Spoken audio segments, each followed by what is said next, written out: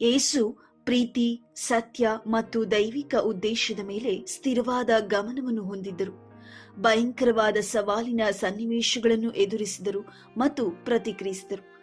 ಅವರು ಪ್ರಲೋಭನೆಗಳು, ವಿರೋಧ, ದೈಹಿಕ ಯಾತನೆ ಮತ್ತು ಭಾವನಾತ್ಮಕ ಯಾತನೆಯನ್ನು ಎದುರಿಸಿದರು. ಆದರೆ ನಿರಂತರವಾಗಿ ಸಹಾನುಭೂತಿ, ಕ್ಷಮೆ ಮತ್ತು ಅಚಲ ನಂಬಿಕೆಯನ್ನು ಕೂಡ ತೋರ್ಪಡಿಸಿದರು. ಅವರ ಪ್ರತಿಕ್ರಿಯೆಗಳು ಹೆಚ್ಚಾಗಿ ಬೋಧನೆ, ಗುಣಪಡಿಸುವುದು ಮತ್ತು ಅನ್ಯಾಯವನ್ನು ಸವಾಲುಗಳನ್ನಾಗಿ ಸ್ವೀಕಾರ ಮಾಡುವುದಾಗಿತ್ತು. ಆಧ್ಯಾತ್ಮಿಕ ಶಕ್ತಿಯನ್ನು ಕಾಪಾಡಿಕೊಳ್ಳಲು ಏಕಾಂತತೆ ಮತ್ತು ಪ್ರಾರ್ಥನೆಯಲ್ಲಿ ತನ್ನನ್ನು ಒಪ್ಪಿಸಿಕೊಡುತ್ತಾ ಇದ್ದರು. ನಿರ್ದಿಷ್ಟ ಸನ್ನಿವೇಶಗಳಿಗೆ ಯೇಸುವಿನ ಪ್ರತಿಕ್ರಿಯೆ ಹೇಗಿತ್ತು ಎನ್ನುವುದನ್ನು ತಿಳಿಯೋಣ ಬನ್ನಿ. ಶೋಧನೆಯ ಸಮಯ. ಯೇಸು ಸೈತಾನನಿಂದ ತೀವ್ರವಾದ ಶೋಧನೆಯನ್ನು ಎದುರಿಸಿದರು. ಪಾಪವನ್ನು ವಿರೋಧಿಸುವ ಮತ್ತು ದೇವರ ಚಿತ್ತಕ್ಕೆ ತನ್ನ ಬದ್ಧತೆಯಲ್ಲಿ ದೃಢವಾಗಿ ಉಳಿಯುವ ತನ್ನ ಸಾಮರ್ಥ್ಯವನ್ನು ಪ್ರದರ್ಶಿಸಿದರು. ವಿರೋಧ ಮತ್ತು ಸಂಘರ್ಷ. ಯೇಸು ಧಾರ್ಮಿಕ ನಾಯಕರು, ರಾಜಕೀಯ ಅಧಿಕಾರಿಗಳು ಮತ್ತು ಅವರ ಸ್ವಂತ ಕುಟುಂಬದವರಿಂದ ಪ್ರತಿರೋಧವನ್ನು ಎದುರಿಸಿದರು.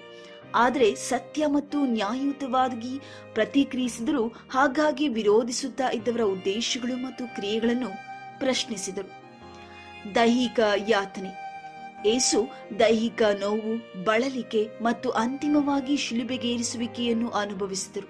ಆದರೂ ಅವರು ತನ್ನ ಧ್ಯೇಯವನ್ನು ಪೂರೈಸುವ ಮತ್ತು ಮಾನವೀಯತೆಯ ಮೇಲಿನ ಪ್ರೀತಿಯನ್ನು ಪ್ರದರ್ಶಿಸುವತ್ತ ಗಮನ ಹರಿಸಿ ಅದನ್ನೆಲ್ಲ ಸಹಿಸಿಕೊಂಡರು. ಭಾವನಾತ್ಮಕ ಯಾತನೆ. ಯೇಸು ದುಃಖ ಮತ್ತು ಅಗಾಧ ದುಃಖದ ಕ್ಷಣಗಳನ್ನು ಸಹ ಅನುಭವಿಸಿದರು. ಇದು ಯೆರೂಸಲೇಮಿನ ಮೇಲಿನ ಅವರ ಅಳುವಿಕೆ ಮತ್ತು ಲಾಜರ್ನ ಮರಣದಲ್ಲಿ ಕಂಡುಬರುತ್ತದೆ. ಶಿಲುಬೆಗೆ ಹಾಕಿಸು. ಯೇಸುವಿನಿಂದ ಅದೆಷ್ಟು ಲೆಕ್ಕವಿಲ್ಲದಷ್ಟು ಸಹಾಯ ಪಡೆಕೊಂಡವರು, ಬಾಳಿನಲ್ಲಿ ಹೊಸ ದಾರಿಯನ್ನು ಕಂಡುಕೊಂಡವರು ಹಾಗೂ ಯೇಸುವೇ ಉತ್ತಮ ಎಂದು ಹೊಗಳಿದ ವ್ಯಕ್ತಿಗಳು ಸ್ವಲ್ಪ ಸಮಯದಲ್ಲಿ ಬದಲಾಗಿ ಶಿಲುಬೆಗೆ ಹಾಕಿಸು ಎಂದು ಕೂಗುವಾಗ ಯೇಸು ಯಾರೊಬ್ಬರಿಗೂ ಏನೂ ಮಾತಾಡುವುದಿಲ್ಲ. ಶಿಲುಬೆಗೆ ಹಾಕಿಸು ಎನ್ನುವ ಎಲ್ಲರ ಶಬ್ದ ಕಿವಿಗೆ ಬೀಳುತ್ತಾ ಇರುವಾಗಲೂ ಯೇಸು ಒಬ್ಬರಿಗೂ ತಿರುಗಿ ಉತ್ತರ ನೀಡುವುದಿಲ್ಲ. ಸುಳ್ಳು ಆರೋಪ. ಯೇಸುವಿನ ಮೇಲೆ ರಾಜಕೀಯ ಹಾಗೂ ಧಾರ್ಮಿಕ ಮುಖಂಡರು ಇಲ್ಲ ಸಲ್ಲದ ಸುಳ್ಳು ಆರೋಪಗಳನ್ನು ಹೊರಿಸುವಾಗ ಯೇಸು ಯಾವ ಪ್ರತಿಕ್ರಿಯೆಯನ್ನೂ ನೀಡಲು ಹೋಗುವುದಿಲ್ಲ. ಕೊಲ್ಲಲು ಸಿದ್ಧವಾಗಿರುವವರ ಮುಂದೆ ಸತ್ಯ ಮಾತಾಡಿ ಏನೂ ಪ್ರಯೋಜನವಿಲ್ಲ ಎಂದು ಅರಿತು ಮೌನ ತಾಳುತ್ತಾರೆ. ಅವಮಾನ.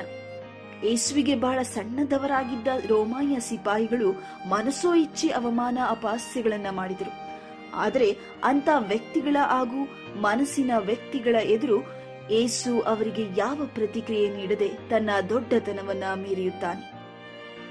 ಯೇಸು ಎಲ್ಲ ಪರಿಸ್ಥಿತಿ, ಸಮಯ ಹಾಗೂ ಸಂದರ್ಭಗಳಲ್ಲಿ ವ್ಯವಹರಿಸಿದ ರೀತಿ ನಿಜಕ್ಕೂ ಅಚ್ಚರಿ ಹುಟ್ಟುಹಾಕುತ್ತದೆ. ನಾವು ಆ ರೀತಿಯ ಪರಿಸ್ಥಿತಿ, ಸಮಯ, ಸಂದರ್ಭಗಳನ್ನು ಎದುರಿಸಲು ಬಂದಾಗ ಯೇಸುವನ್ನು ನೆನಪಿಸಿಕೊಳ್ಳೋಣ.